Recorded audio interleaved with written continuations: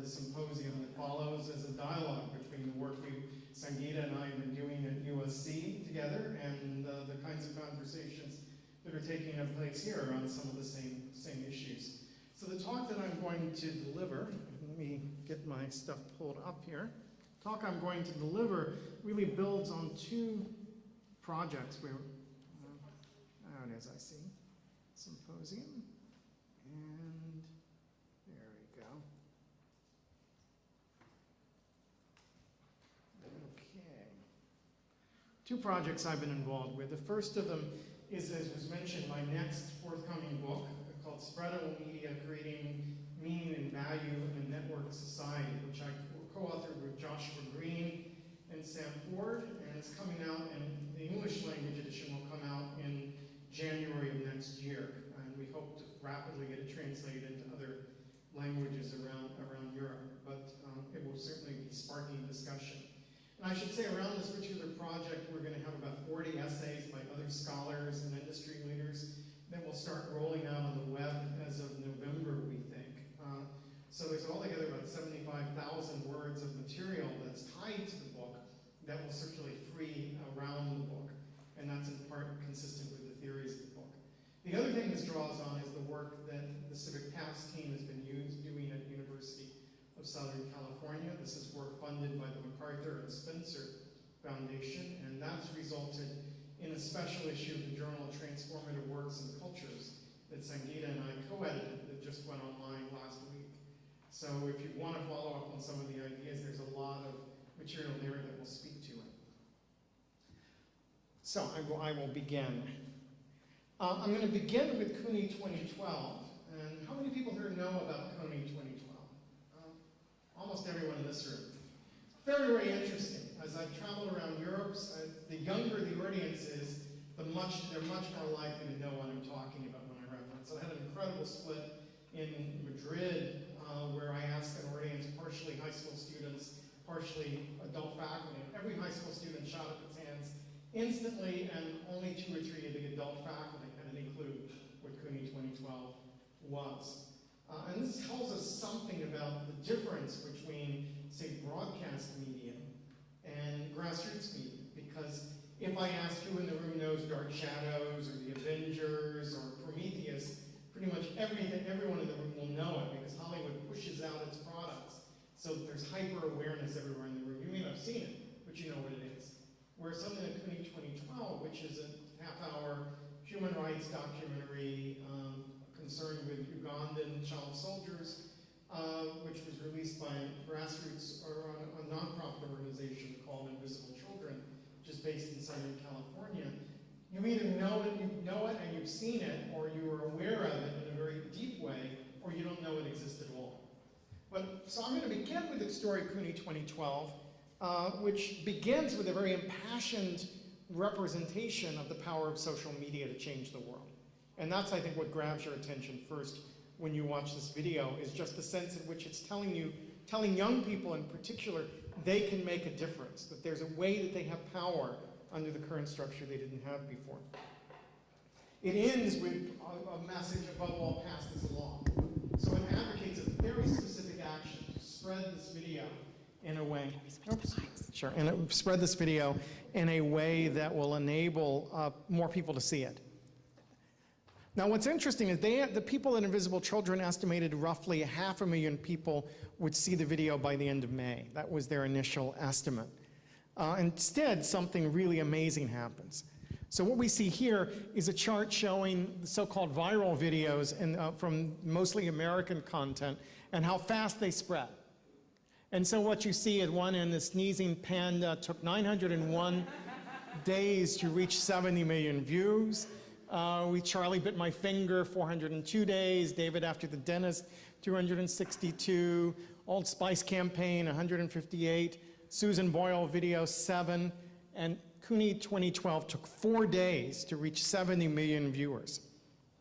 Just to put that into perspective, the highest rated show on American television gets about 40 million viewers a week. The Hunger Games, which opened that weekend in theaters to the biggest box office up to that time this year, reached about 14, 15 million viewers, depending on how you break down the numbers that we have about box office return.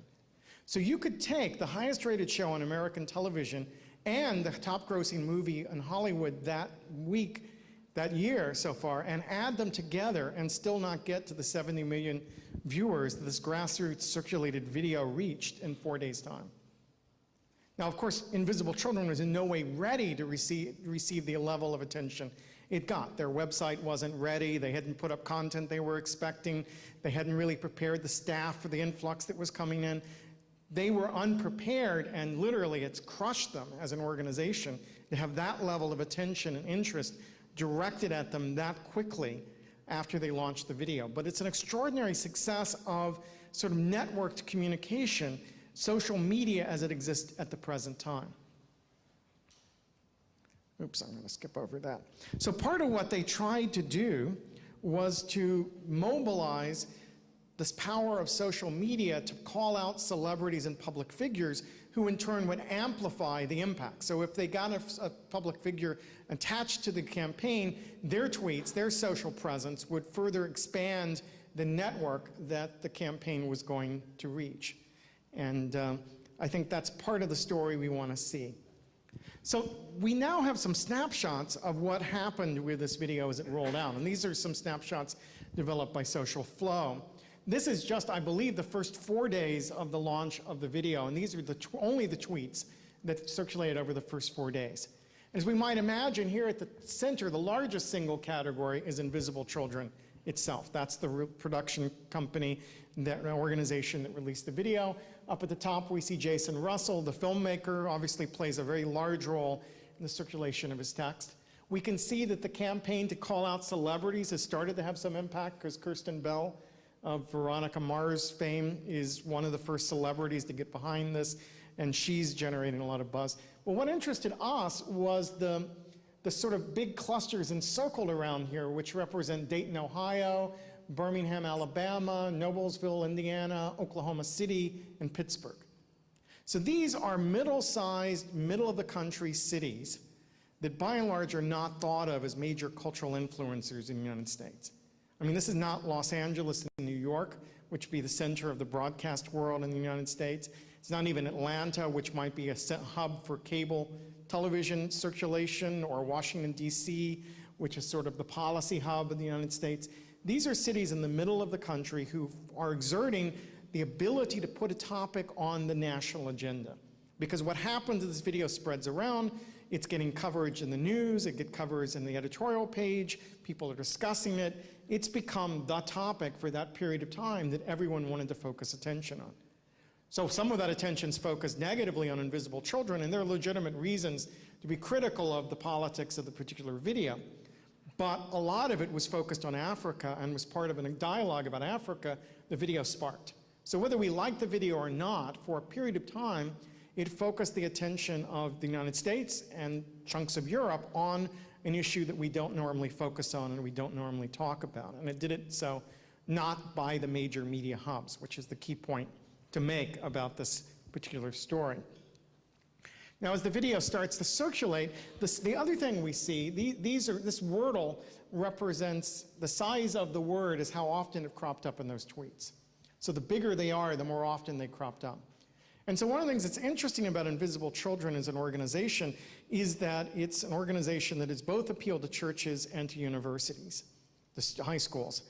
But it has to use a slightly different coding in each case, because if it's going to appear in public schools in the United States, it can't have an overtly religious message. So what we see here, once we see the breakdown, we see lots of words here associated with Christianity, at least American forms of Christianity. God and Jesus clearly are Christian terms. Probably the size of life, love, and the world probably also come out of particularly Christian discourses. The world may be the most debatable of those. But then if we look slightly smaller, we see university, student, music, fan, play, sports, which probably represent a student population that's involved in circulating the video. This just gives us a snapshot again of the fact that as these videos travel, they're inserted into a range of different conversations by different groups who use them to talk about different sets of ideas. It's not that one size fits all, it's not lowest common denominator, it's that as videos are circulated for diverse motives. Now, the Invisible Children had built up a base of support and interest over about 8 years by creating a range of other videos, of recruiting young people to be part of activist groups. These are some of the videos they produced. Sort of building up this base. Now, we can be skeptical a little bit about what it means to pass this along, right? And yeah, plenty of people passed this video along who were not deeply committed, who were not hardcore recruits of the Invisible Children organization, who passed it along because their friends passed it to them. It became part of the social currency among segments of the population, who passed it along because they just wanted to do something, and passing it along where it's ended. There were, on the other hand, this group had had large public rallies in cities across the country over an extended period of time. There were people who were deeply committed to it. It's what relationship do we posit between these two things? So researchers at George Washington University have looked at promotional social activity overall, and they give us a snapshot of what might have happened with Invisible Children. They said that the people who pass along content are as likely as non-social media past promoters to donate, twice as likely to volunteer their time, twice as likely to take part in events like charity walks, more than twice as likely to buy products or services from companies that support the cause, and 3 times as likely to solicit donations on behalf of their cause. Now, there's a little bit of hypocrisy if you think about the fact they're more likely to solicit donations, but no more likely to give donations. But nevertheless, what we see here is a pattern that says that there is a definite increase in engagement and participation when people connect with the activity of passing along content. It's not miraculous. You don't automatically become a foot soldier in the Invisible Children organization just because you passed along this content. But having made that first stake, having made that first commitment to passing along content, you are marginally more likely to take the next step. So if we, after the first video circulating got 70 million or thereabout, the second video circulates, the response to the critiques of the video, and it gets about 2 million circulators in the first week or so of its distribution. Now, that's not fantastic, and you can read it as, oh, you went from 70 to 2 million. That's an enormous drop down. Or you can look at it from the other side, and they were expecting 500,000 supporters. They got 2 million supporters. They got 2 million people interested enough to return to the next time. If you were an advertising campaign and you got 2 million, that percentage of turnaround, it would be considered highly successful. So there's a lot of debate in the US about, did the campaign fail despite its reach? And I think the answer is, what's your expectations? Fail by which criteria?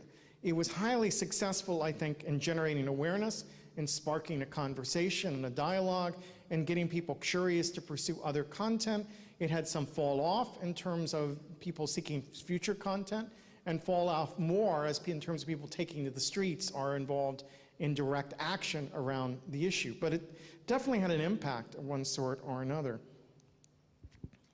All right, so how do we describe the young people who are involved in Invisible Children? And one of the terms that gets used an awful lot to describe that generation, and it probably extends to the generation sitting in this room, was that they're digital natives. That is, they grew up in a world where digital media was normative. And their parents' generation are digital immigrants, that they have moved to the digital world since becoming adults. And Mark Perinsky, who termed this stuff, says the adults compute with an accent. That is, they will never be native speakers of the digital world. And that would certainly account for why there's a gap between the kinds of knowledge I've seen across Europe of young people who know CUNY 2012 and so few adults who actually know CUNY 2012. There is a generational difference we want to talk about. At the same time, I'm very uncomfortable with the discourse of digital natives, starting with the fact that it's a deeply problematic metaphor, especially in the context of America. To call someone a native comes with a lot of baggage attached to it.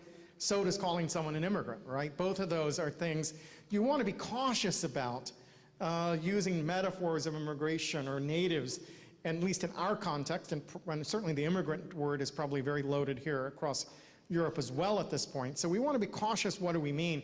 And we wouldn't accept all of the connotations of it if we were talking about the real world that come with it when we talk about the digital world. A key part of it is it erases differences in experiences, right? That not everyone in this room grew up with the same degree of access to digital technology, and certainly those people who are not in this room, those people who haven't been able to go to college or participate in university activities probably had less opportunities to participate digitally. So it makes it sound like every young person is deeply immersed in the digital, has access to digital technologies and so forth, and I think that's very dangerous for us to say, because we really are locked in a moment of struggle where the goal ought to be to fight to broaden access to opportunities to meaningfully participate in our culture, and the politics of participation certainly should extend to fighting on those issues. Another problem with that framing is that it ignores the connection between young people and adults. That is, here we see the father and son are involved in the same shared fantasy. And indeed, if we look at fan communities or gamer communities, what's striking about them is not that they're entirely run by young people, but rather that adults and youth participate side by side in these communities without the sort of hierarchical relationships that structure the relation of adult and youth in schools or churches or families or any traditionally structured organization. That they have shared interests, that sometimes young people teach adults, sometimes adults teach young people, but the fluidity of it is something that's possible in these online communities that are much harder to achieve, seemingly, in face-to-face communities that we operate within. This language devalues what adults bring with them.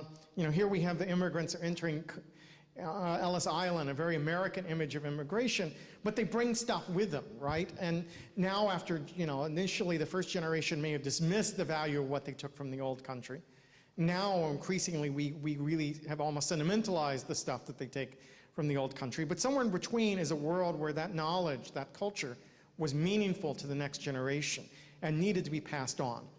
So Howard Gardner's group at Harvard tells us that most teenagers do not have an adult mentor in terms of their online lives. Now, an adult they can turn to for advice about the complexities of negotiating this new world that we're all finding ourselves in. And so I think that calling adults digital immigrants allows adults to get off the hook, not to hold themselves accountable for helping guide young people. I don't believe they should be spying on young people, right?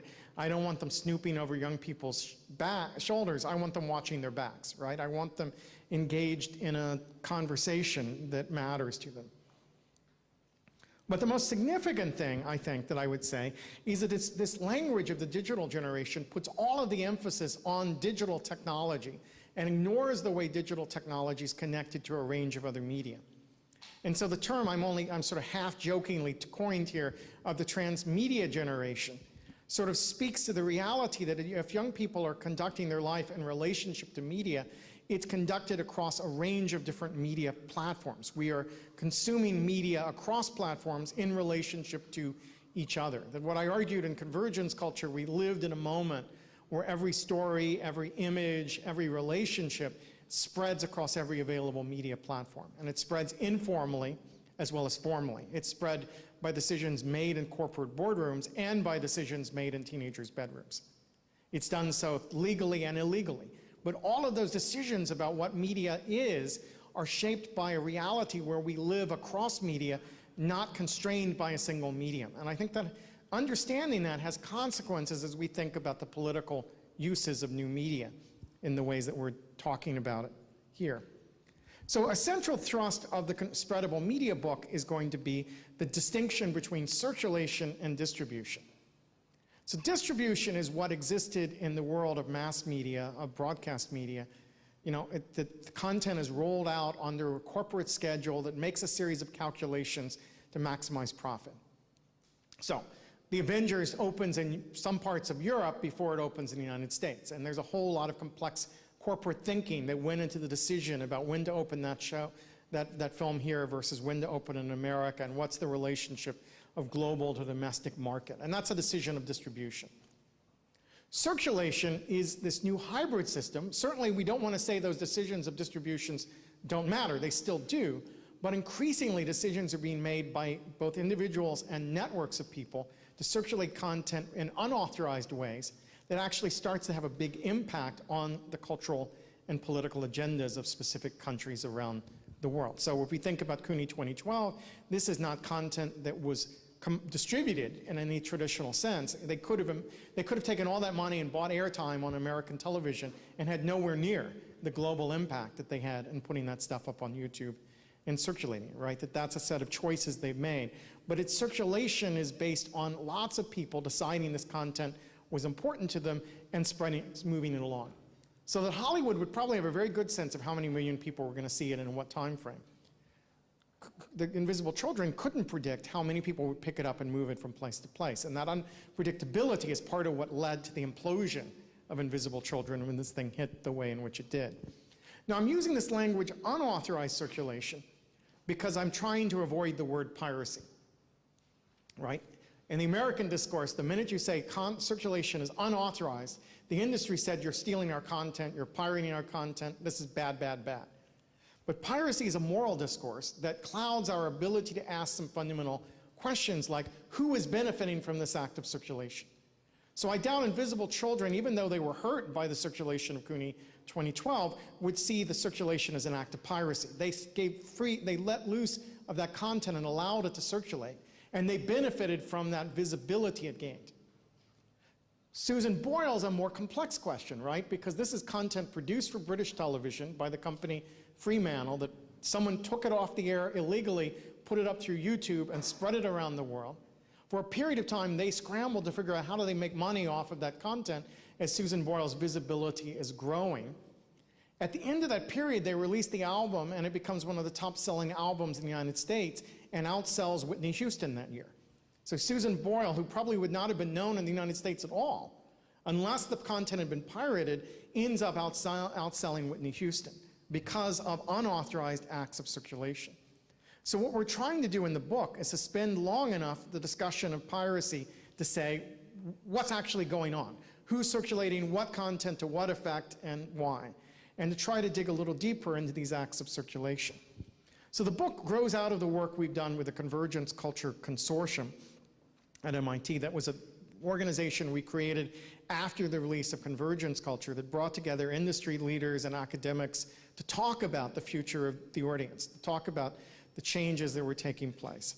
And I wrote with Chao-Chang Lee and Anna Dom, two of my master's candidates, a white paper called If It Doesn't Spread, It's Dead, out of which came the seeds of the idea for a book that Joshua Green and Sam Ford, both of whom were associated with that group, wrote with me. And then we invited many of the participants of the consortium to write short pieces, which is what circulates around the book. Now, one way that the industry likes to talk about what we've just described is the term viral. And the language of going viral is the way both Invisible Children and Susan Boyle was explained by the American media. Now, I'm very uncomfortable with this metaphor of going viral, and the reasons for my discomfort will be clear if we read this quote from Neil Stephenson's Snow Crash, which is one of the first places to articulate a notion of viral media.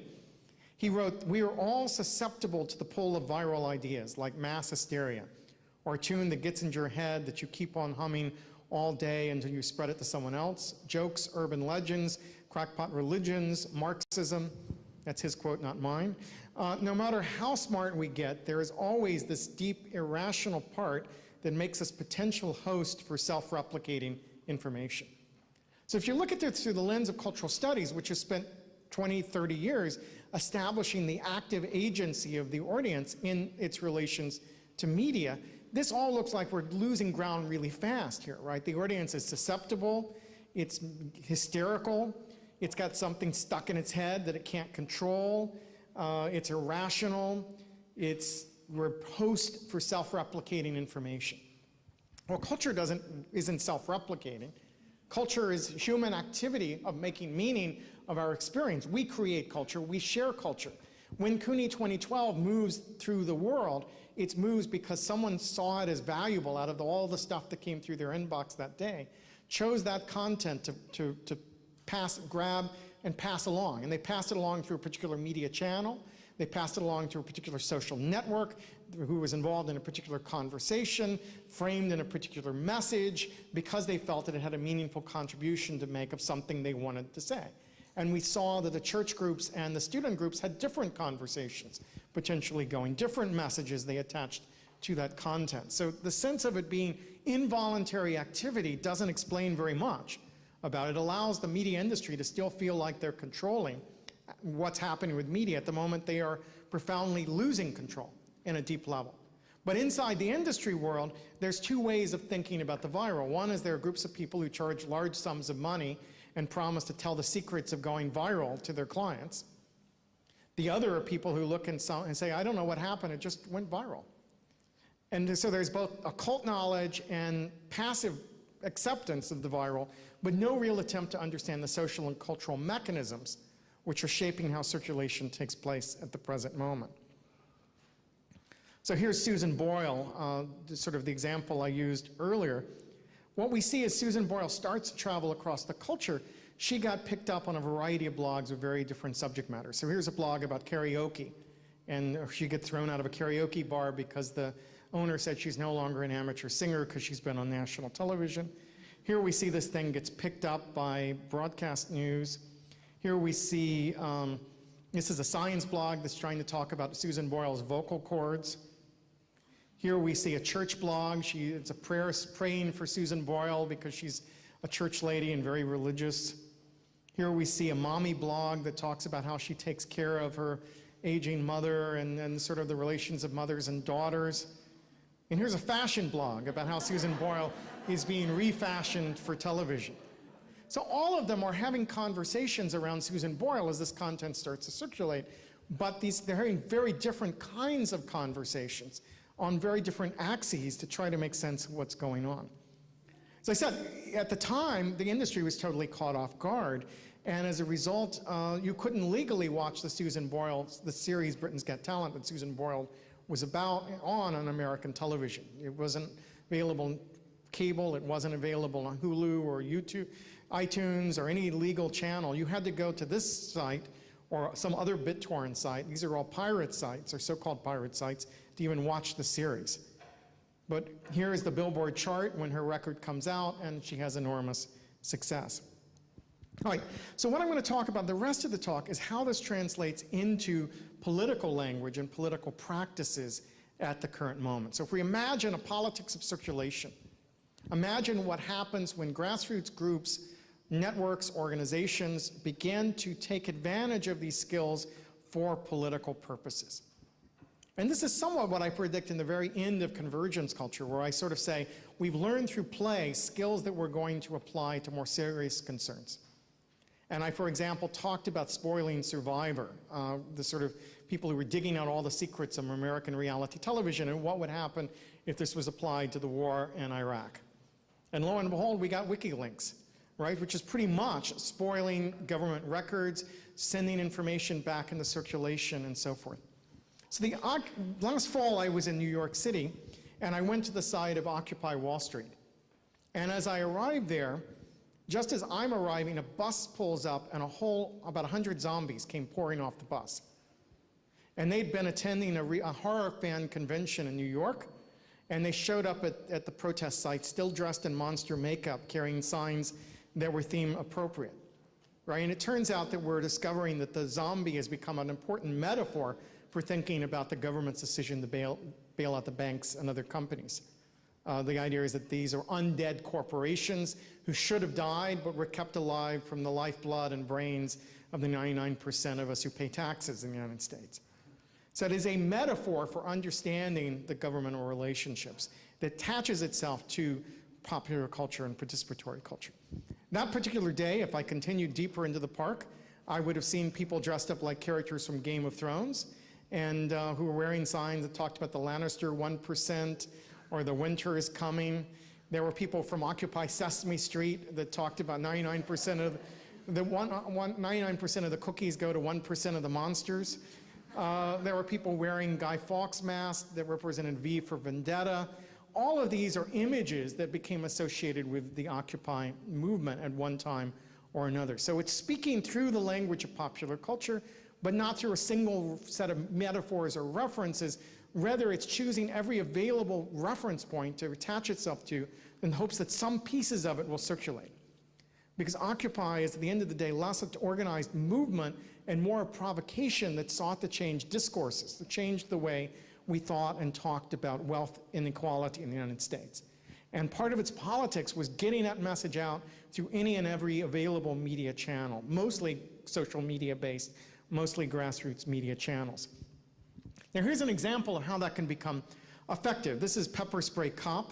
He was a University of California, Davis campus policeman who pepper sprayed a set of peaceful protesters sitting on the grass. This is the sort of thing that could have been covered by a local newspaper, but it probably wouldn't have gone national if it was not for the fact that people began to remix that imagery and mash it up with a variety of other iconic images, famous paintings, scenes from movies, political photographs, and threw it into circulation.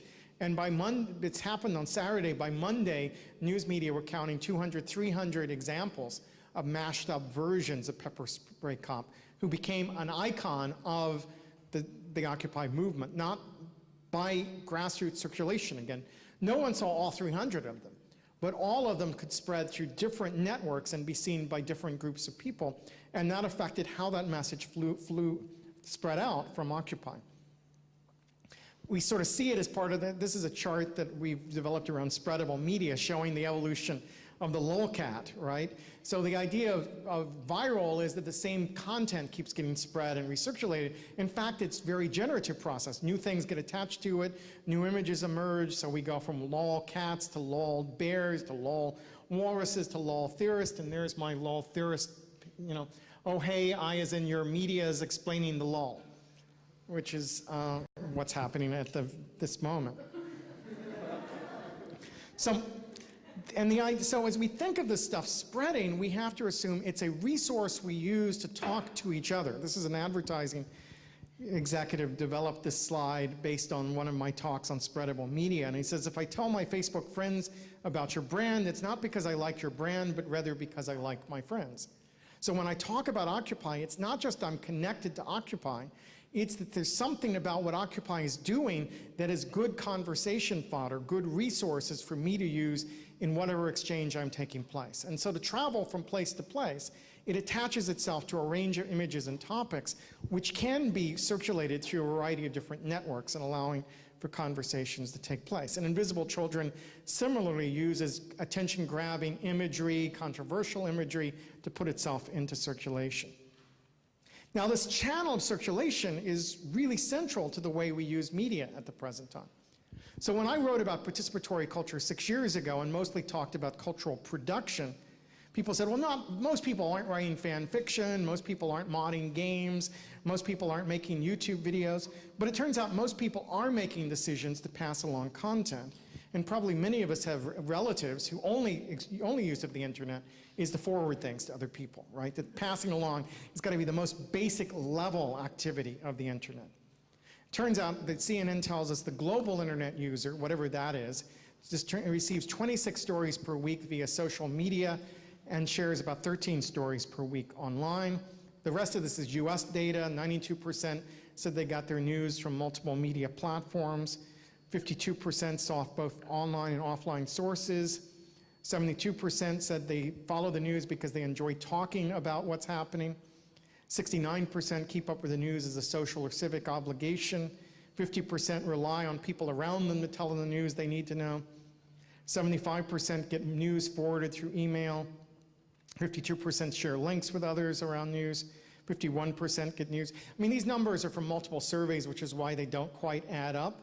But what they do is a series of snapshots of the degree to which we are reliant for our news on forwards, links, exchanges of information with other social users. That is, our social media hub becomes the central way by which we make sense of the world. And this is probably going to be true for the future. If this is true for news, think how much more true it is for music videos, for comedy sketches, for segments of the Family Guy, for any number of other things people choose to pass along as content. We know where your children are, right? You're attentive to their well-being. You don't want anyone else messing with your children, doing things to your children, so forth. And as long as we think of our intellectual property as our brain children, we are going to be deeply protective of how it gets used and how it travels through the culture. He says, flip it though and think of yourself as a dandelion. The dandelion produces all of these seed pods, and the wind takes them and blows them everywhere, right? And maybe you've done like this girl does and take a dandelion and blow on it. And the dandelion spreads, and some of them die, right? Some of those seeds land on the concrete and they get run over by cars and tracked in the mud, and nothing good happens to them. But many of them land in the grass and start to grow, to the point that we don't need to worry about the future survival of the dandelion, right? I predict when end times come and the world is ending, the cockroach and the dandelion will share the planet together, right? These are the two least endangered species on the planet because the dandelion is so effective at transmitting. So what Doctorow, who's a science fiction writer, says is that most authors suffer not from piracy but from obscurity, and the goal of many of us today ought to be to get our ideas into circulation, to send stuff out into the world. Here's Doctorow himself gives away his content for free online and encourages people to remix it. So here's another example of this politics of circulation. This takes place in the Middle East. This is a group of Palestinians. Every week, these Palestinians march through the occupied territory. They protest. They get stopped by the guards, the Israeli guards. They get turned away, and they create video or blog post about it, and no one reads it beyond their own movement. This particular day, though, they dressed themselves up like the Na'vi from James Cameron's Avatar. They painted themselves blue, and they marched through the occupied territory saying things like, "Sky people, you can't take our land." They're shouting slogans from the movie, but slogans that are appropriate. They hijacked this Hollywood myth, attached it to the Palestinian cause, put it out on YouTube, and the pictures got photographed and sent in newspapers around the world. The YouTube video got millions of hits. It became a mid-scale success in terms of spreadable content. And that I think is a very different story. Now we could say this means entertainment values become dominant over news values, that politics is giving way to entertainment, and that may be partially true. Or we can say this political group took advantage of the high visibility that Hollywood created around these images and attached their meanings to them and got greater circulation they would have before. And this group was savvy. It has a strong web presence, so if you follow the video back, as a certain percentage will do, they could drill deeper and get a deeper understanding of the political stakes of this organization. I'm going to skip some. All right. So this is Malcolm Gladwell, and Malcolm Gladwell enters into all of this by writing an article for the New Yorker in which he makes fun of the idea of Twitter revolutions. And he makes a number of key points, but the most important one, I think, is that he thinks that Twitter revolutions don't require people to take real risk, that it requires a superficial attachment. And we could say that's that Slack division argument of people took CUNY 2012, just passed it along, they didn't take a deep commitment, and there's some truth to that. I think there are multiple problems with Gladwell's argument, which really took over the American media discourse about it. The first is, going back to what I said earlier about the digital generation versus the transmedia revolution, it isolates out Twitter as if it was an isolated technology, rather than part of the full range of media that we're involved with. So I don't think we're seeing Twitter revolutions at all. I think Twitter plays a variety of roles and variety of political movements at the moment, but so do a variety of more traditional media forms. And if we look at the Arab Spring movements, for example, what we see is not Twitter dominating, but Twitter is one tool especially effective at getting messages out from the core group to the global population. And what Twitter is used with most effectively is cutting past government censors, cutting past mainstream media, gatekeepers, and getting messages out to other segments of the population. But we could, if the parallel would be, he likes to talk about the civil rights movement in the 1960s. What we'd say about the civil rights movement is that it was a telephone revolution, in the sense that Martin Luther King, no doubt, picked up the telephone, called other black leaders around the South, freedom writers at northern universities, and come on down, we're going to have a protest in Selma, Alabama.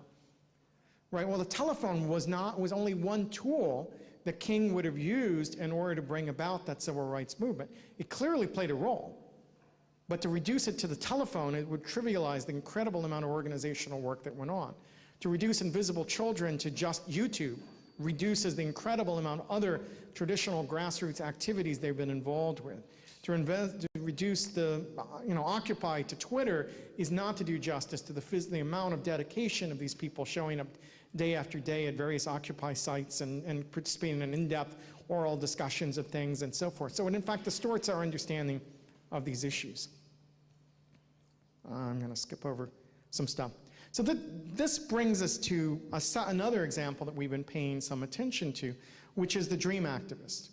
And this is a group that Aurelie Zimmerman and our team has been researching and really looking closely at. The DREAM Act would have been a piece of federal legislation that basically granted greater educational and citizenship rights to young Americans who either were born in the US to undocumented people or mostly came undocumented after they were, while they were still quite young. So that they are themselves were here without necessarily choosing to be in the US.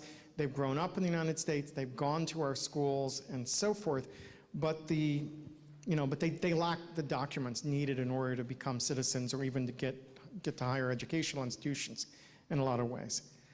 What Aurelie's research is showing is that they've been incredibly effective at using new media to organize and rally behind their cause, that they're incredibly innovative in their use of new media platforms.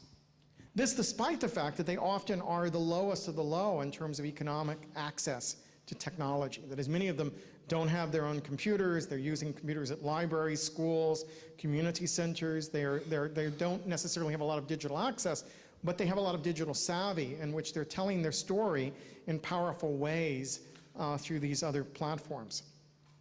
And partially they're doing it in face-to-face presentations, more of them are, but they're also doing it through YouTube. So one of the powerful tactics has been just pointing the camera at yourself and telling your coming out story, saying, I am, in this case, I'm Mohammed and I'm undocumented.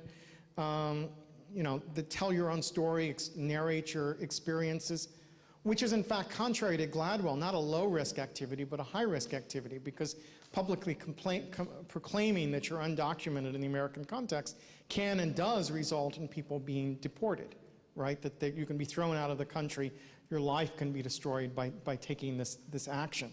But the feeling has been that many Americans don't know anyone who's undocumented, or they don't know the people they know who are undocumented. In the sense, these stories haven't been told, they haven't been personalized. It's something in the abstract that Americans are dealing with. And so the last year or two, Time Magazine reports that this week, the last year or two, there's been this big move to come out as undocumented. And it's had a big impact on the Obama administration. And some of you may have seen the news that Obama has, by executive order, changed immigration policy in the United States to provide more protection and more educational rights and opportunities to these young Americans, the so-called dreamers. These are some of the blog stuff that they've created. They're creating very powerful imagery. Increasingly, as it looked like the DREAM Act was not going to pass in the federal level, it's moved to state levels. And one of the consequences of having a networked movement was that they've been able to continue to fight state by state, pool knowledge quickly, compare notes easily across borders. As it fragments to a series of localized campaigns, they can provide informational support to each other. The immigrant rights movement in the US have historically been very much ethnic driven, so even the Peruvians and the Mexicans or the Colombians don't necessarily work in common, leave aside the full range of other immigrant groups involved in this debate. The South Vietnamese, the Iranians, so forth, who are involved in America illegally for one reason or another and are struggling for their rights. But this movement has connected those groups together in very powerful ways at the younger generation. As they become more militant, they've done things like attach webcams to themselves and go into immigration headquarters and declare themselves undocumented and transmit what happens to them as long as they can, a kind of act of civil disobedience that feels very much like what took place during the civil rights era. And they're reporting protest and using the YouTube effectively to spread their message all over. Costanza Chalk describes this as transmedia mobilization. That is, they're mobilizing across every available media channels. And interestingly, one of the metaphors that crops up often enough is that of the superhero.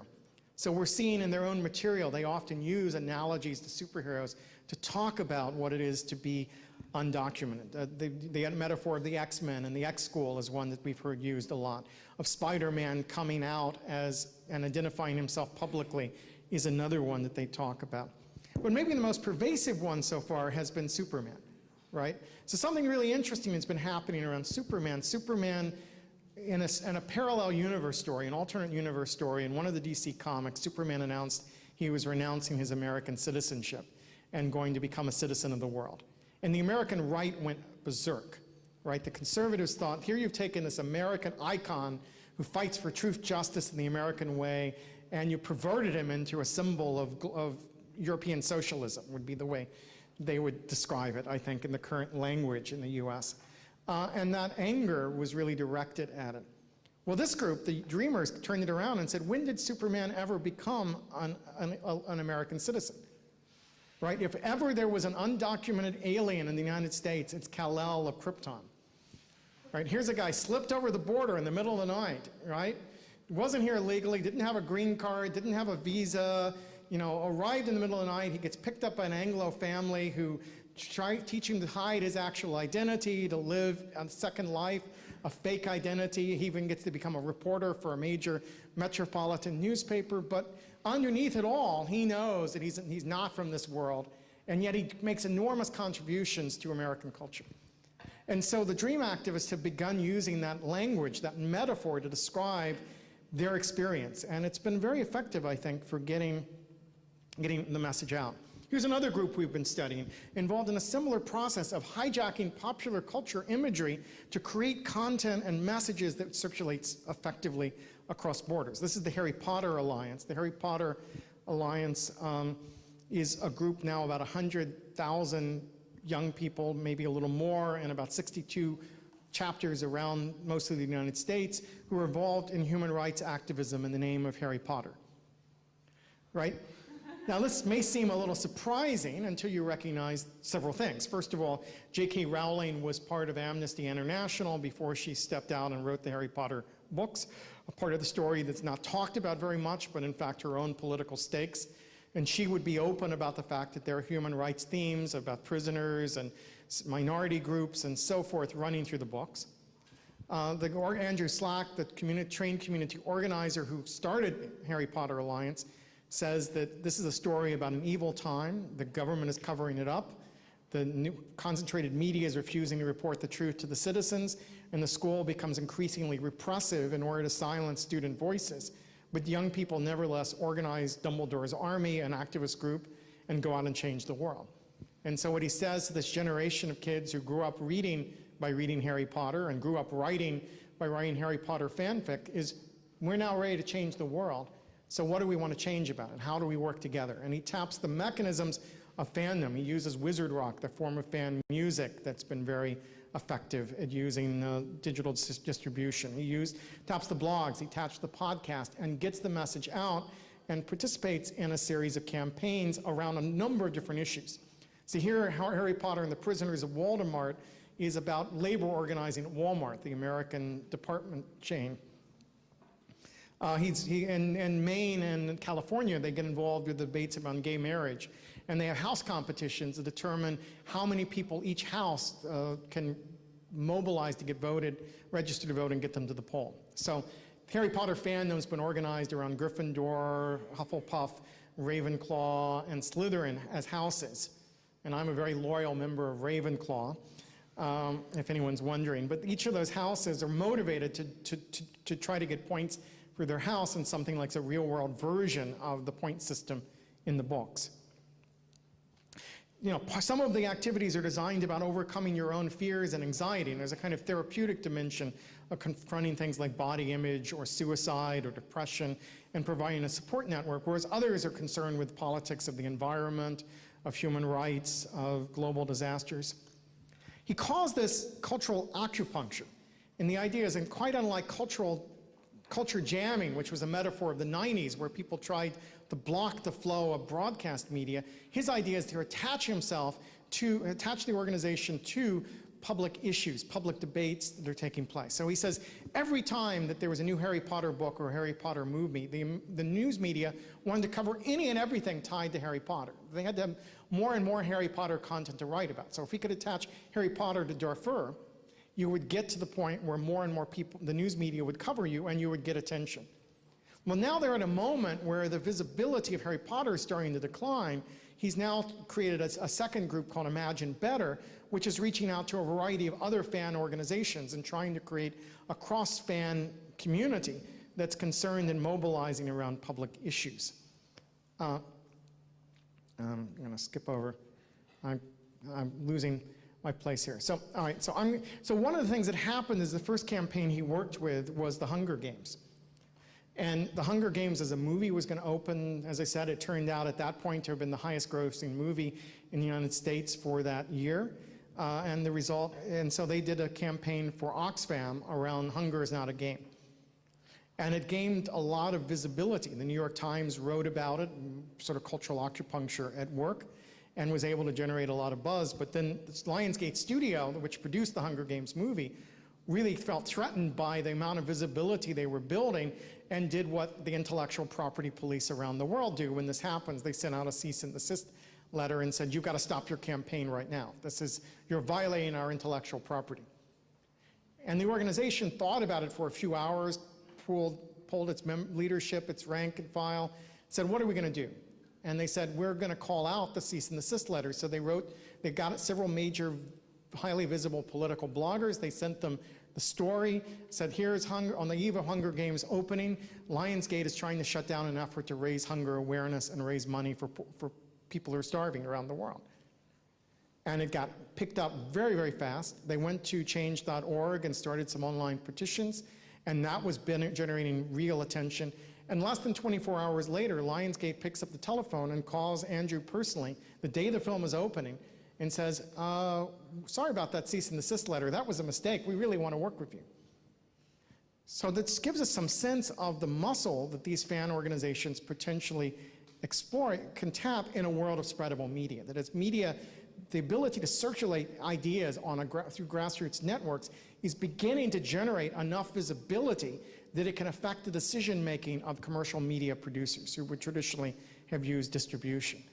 They're changing the way people see issues, they're creating ways that people mobilize around issues, and they're doing so as one tactic among many in the sort of transmedia campaigns that surround youth and politics in the United States today.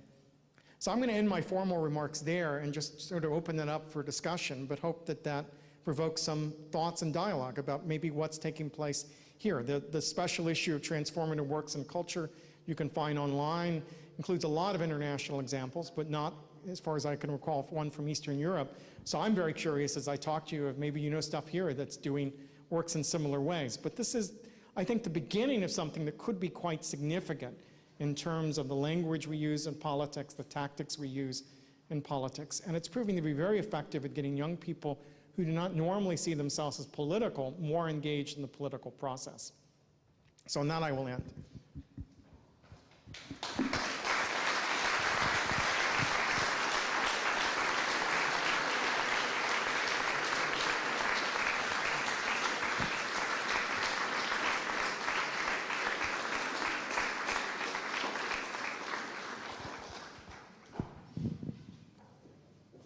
So are there questions out there? I'm happy to entertain thoughts, comments, questions, sneers, jeers, and cheers.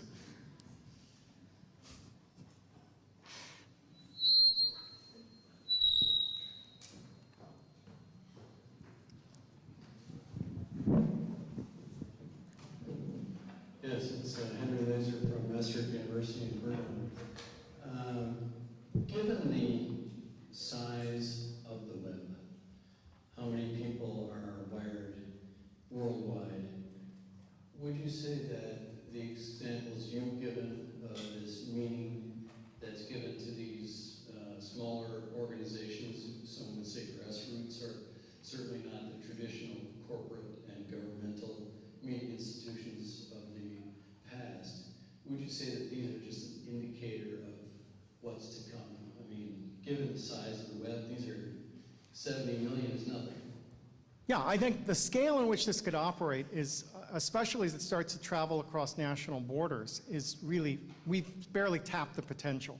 So the question may be why we're not there, we're not already there, and I think it's because we've learned over the last 5 or 6 years how to use these social media in ways that are effective. But I think the potential scale is much greater than anything we've seen so far. And given that there are other interests in the web, on the web, like corporate interests, commercial interests, political interests, certainly certain corporations and what we would call entrepreneurs, Facebook, for example, we're seeing how money can be made and how quickly these can scale up. And so it seems like we've only scratched the surface, really.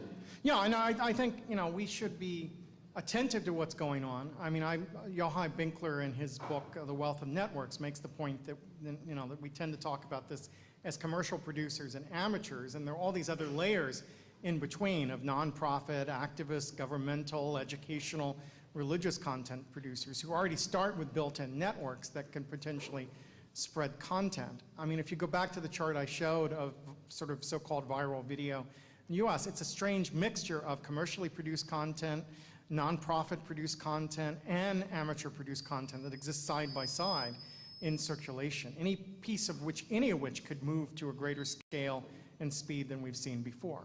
Now, yes, and the scaling up of commercial or entrepreneurial issues gives us a sense of what's possible.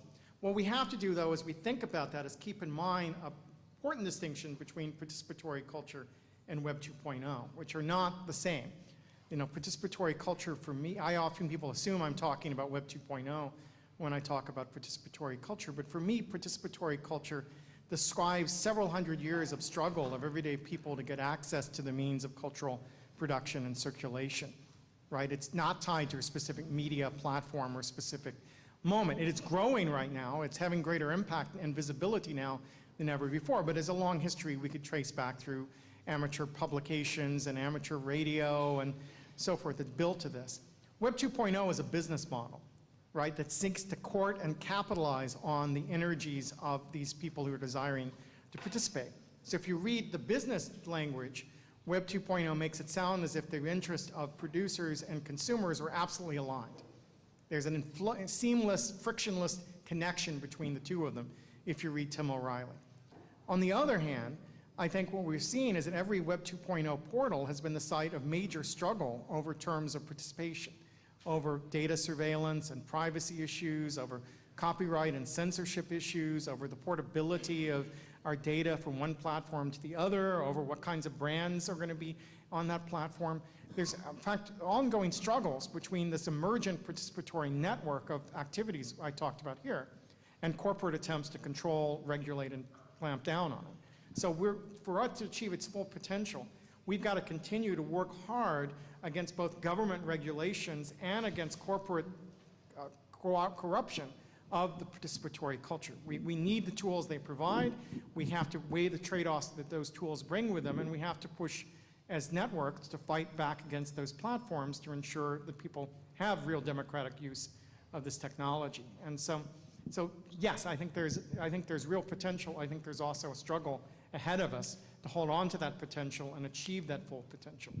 So I'm often described as a utopian, and I am to some degree, but as optimistic as I am, we don't get there unless we fight for it. And what these groups are demonstrating is they're willing to fight for it. The dream activists are willing to put their lives on the line for what they believe in. And they're taking a stand that's principled and risky. And I think critiques of that by Gladwell and others don't own up to the very real risk people in this generation are doing to hold on to the opportunity for digital participation.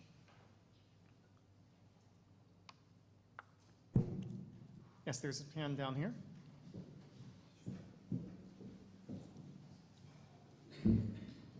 Good afternoon, I'm Wojciech Briczka, and I would like to ask you, especially about the first part, about Kony campaign. Because yesterday I came back from South Africa where I spent 6 months, and there I understood because the campaign,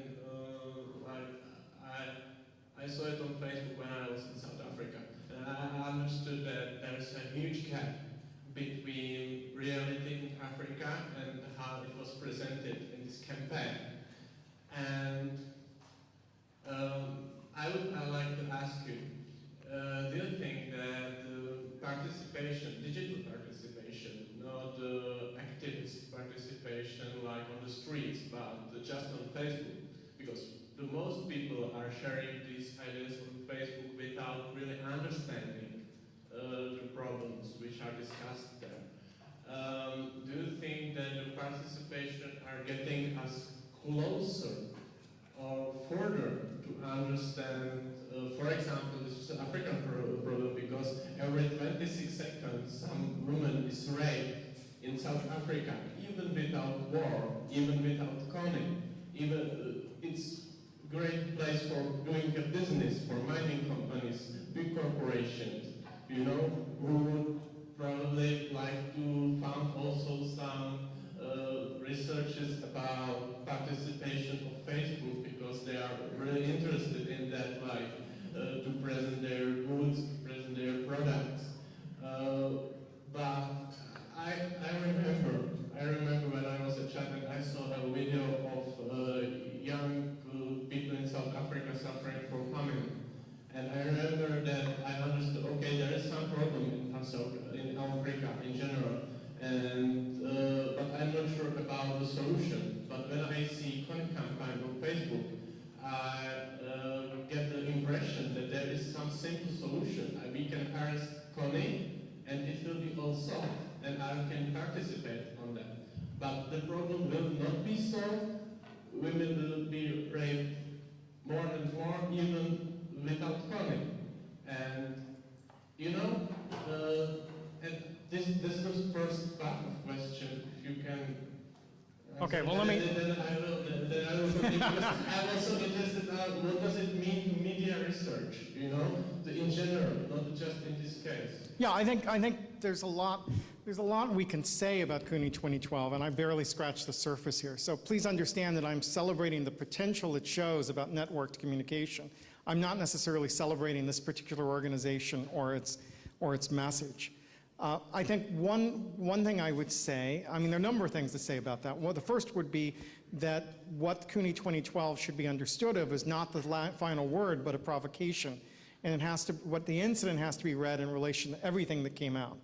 So the fact that the public responded quickly, critically, the fact that many experts on Africa wrote editorials responding to CUNY 12 and complicating America's understanding of Africa, the fact that so many Ugandan voices used YouTube to respond to CUNY 12 and that those videos were seen by significant numbers of people in the US also have to be understood as part of a shift of the discursive context by which Africa's talking about it. In some ways, the fact that this was criticized as harshly as it is demonstrates the potential of the digital to bring about a different kind of conversation than a broadcast-based video that talked about these issues. So I don't defend in any way the simple-mindedness of the message or some of the distortions that ended up being in the video. I think, though, that the critique actually helped change the way people thought about Africa, and I think that's really important. Now, one of the criticisms we've had of the Invisible Children is that they didn't prepare their supporters for that critique, right? They were an advocacy group, but they didn't prepare people to rebut things. Some of the critiques of CUNY 2012 were legitimate, some of them were not. Some things that people believe they know about Invisible Children are not accurate, right? But because the group couldn't mobilize in response quickly enough, because most of the rank and file didn't have the information they need, because they didn't really develop critical skills for thinking about it, then I think there are consequences for how that debate played itself out, that all of these other groups are pulling back and trying to understand what's going on. I think some of the pushback reflects the traditional establishment of dealing with foreign policy not wanting participation. Sort of people sort of saying, oh, you're wrong, our policy solution is better than your policy solution. And I think that's also something that has to be factored in as we think about it, that in some ways this was about elites holding on to the ability to frame foreign policy over participatory networks having a different perspective on what needed to take place. But so I think this is a much more complex story than the ones we've seen. I think it's going to be something we should be researching over a long period of time, because what it revealed about the capacity of activist groups to use the net is enormously important, and we ignore it at our own risk. What it reveals about what we need to do to be ready to have that level of discussion also is really important, and we need to be paying attention to. So in the Spreadable book, we sort of coupled the term spreadable, that is the ability to circulate far, wide, and quick, with drillable, the ability to have information you can drill down into and get more information. And our group has sort of argued that invisible children achieved spreadability with CUNY 2012, but didn't have any drillability at all. Or it really didn't look beneath the surface to allow people to ask questions, to get more information, to discuss deeper. That if they had said, we want to instead of saying we want to force this particular policy, if they said we want to call this issue to the public's attention, and we want people to discuss and debate what should be done about it, that would have been a better response, I think, to the context they found themselves in, and we might well be moving toward a deeper understanding of the kinds of issues that you're asking about, which are incredibly important issues for us to be dealing with. But all in all, I think that this issue raised awareness about African problems in the USA. Yes, I think it overall, I mean, again, it's generationally specific, it's maybe regionally specific, but the amount of writing about Africa in American newspapers demonstrably increased, and the amount of discussion of African issues demonstrably increased during this period of time, and invisible children were only one voice that was being heard in that, and other voices were mobilized off invisible children that deepened the discussion fairly quickly. So while I would not say it was the best way it could have happened, it was an effective way of generating deeper understandings of what takes place in Africa. Although there's still a huge gap in information flow from Africa to the United States, and I think we're not to the point where US perspectives and African perspectives are equally complex or deep in understanding these problems. But I think there are plenty of examples where African voices that had not been heard by American media were being covered in the wake of CUNY 2012 that changed the understanding of those issues for the better, not simply for the worse. Okay, thank you very much. Okay, any other questions people want? Hello, this is Kultura from the Faculty of Social Sciences and International University. I just had a very specific question to one of the statistics that you presented. There was a one about sharing stories, which was in your presentation. Could you say what market it applies to, where it comes from, how many people have responded, Sure. who pay for the research, etc.? All right, so there were two, I was sort of playing a little fast and loose with data there. So there were two sets of studies that were included on that slide. The first one globally comes from CNN and presumably reflects markets that CNN is in, although they haven't disclosed all the information there. The second sets of numbers all come from works of the Pew Center for Internet and American Life, which is a quite recognized social research center in the US. And they come from multiple surveys, which is why I don't have a lot of footnotes there to describe the different methods of collection. But they represent snapshots, which is what I'm asking us to read it as. I don't think I put a lot of weight on any particular number there, but I think as a picture, they show us a particular pattern of media use that are worth paying attention to. I can only respond, it's not Central European market. No, I'm quite sure it's not the Central European market. And so the question is what's happening here? And that's part of what we need to understand. But forwarding of content in America and Western Europe seems to be a very dominant set of activities that people are involved with. And I'm arguing that that's a significant form of participation that will have some real impact on the future. But I just arrived here yesterday, so I'm not going to pretend to offer insights into the Czech Republic specific situation. Now, many Americans would, we arrive and immediately tell you what to do. But that's not the way I tend to think about these things. And so I'm here to learn and to share my impressions of what's taking place in the US context and to learn what I can from people here about what you think is taking place in Central Europe and what the consequences of this will be for Central Europe, which I think is an important conversation that should be had. All right, I don't know what we're doing on time, but I'm not seeing. Okay, well, if there's one more question out there, I'm happy to take it. There's someone down there.